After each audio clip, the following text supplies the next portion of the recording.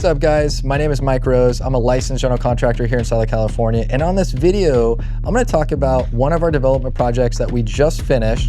I'm going to talk about everything we do before starting a demo project on a complete gut renovation, the prep, the hidden costs, and what you can learn post-demo. Let's get into it.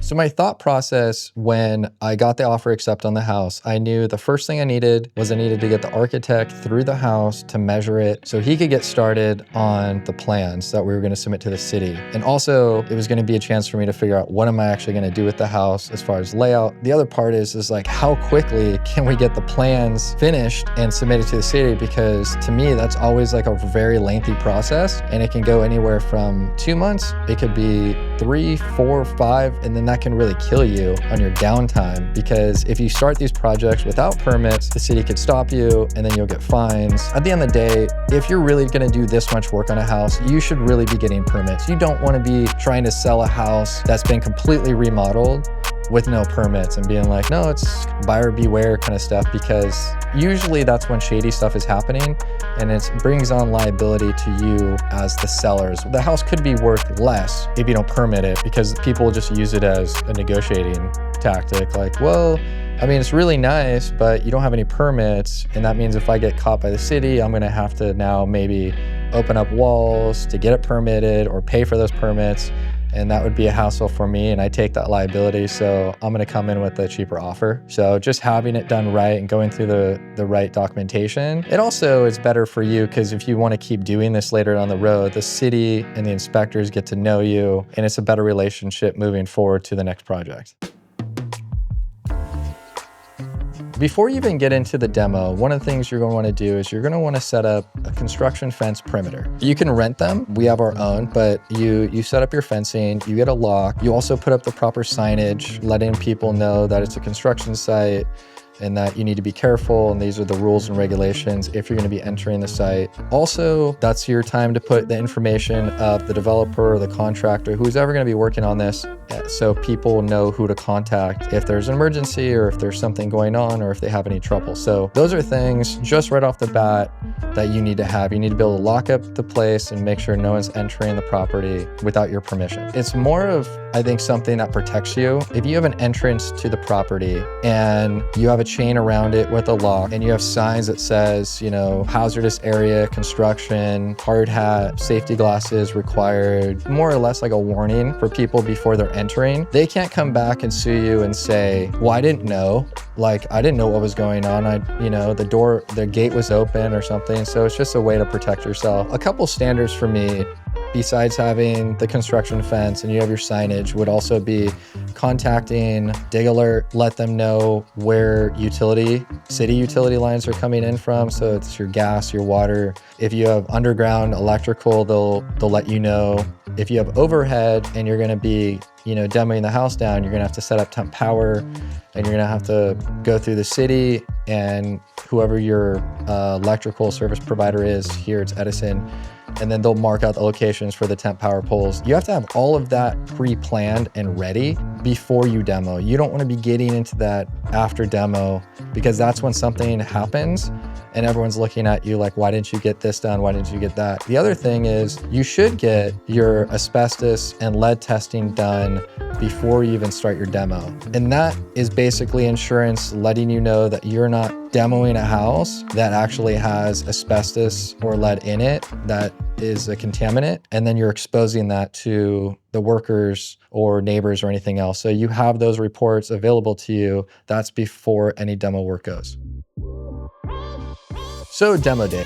Demo is one of those things where I feel like a lot of people underestimate demo, especially if you're doing what we were doing, which was leaving a lot of the walls, the exterior walls and the roof, and stripping it down to nothing. We couldn't use big excavators or tractors. It was all done by hand. So the first day you go in and you basically mark out all of your walls. So you walk through with your crews and you're like, hey, this is all coming down. The outside's getting stripped. This is what needs to happen. Then they come in and they basically just work from inside out. They basically strip all of the plaster and everything on the inside, expose all of the framing. So you take all your insulation out.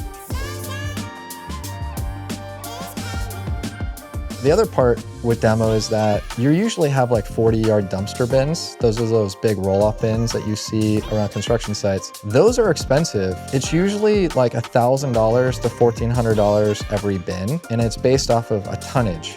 They usually, I think, estimate like 5 or 6 tons, and then anything over that you get additional charges for. I think we went through like almost 8. So I mean, you're almost at $9,000, $10,000 in just dumpster fees. The cities basically have a deposit that they hold for trash. They want to make sure that their trash in their city is going to their approved recycle or transfer stations.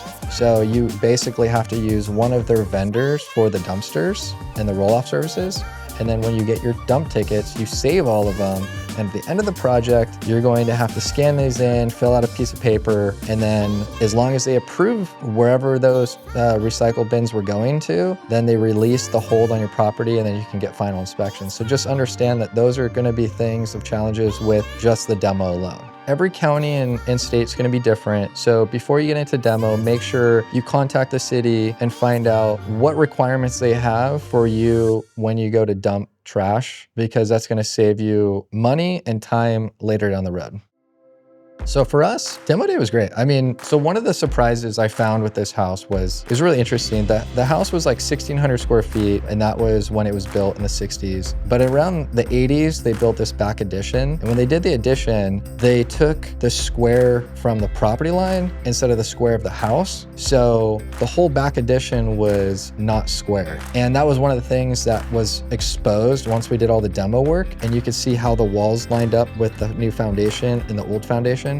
And we ended up having to correct those in the development of the house. We ended up having to saw cut the foundation and then moved those walls so they were straight. That way later on, when we were done, we weren't left with the unsquare edges of the house, and then how those doors were gonna line up, and then also how that was gonna affect the roof line.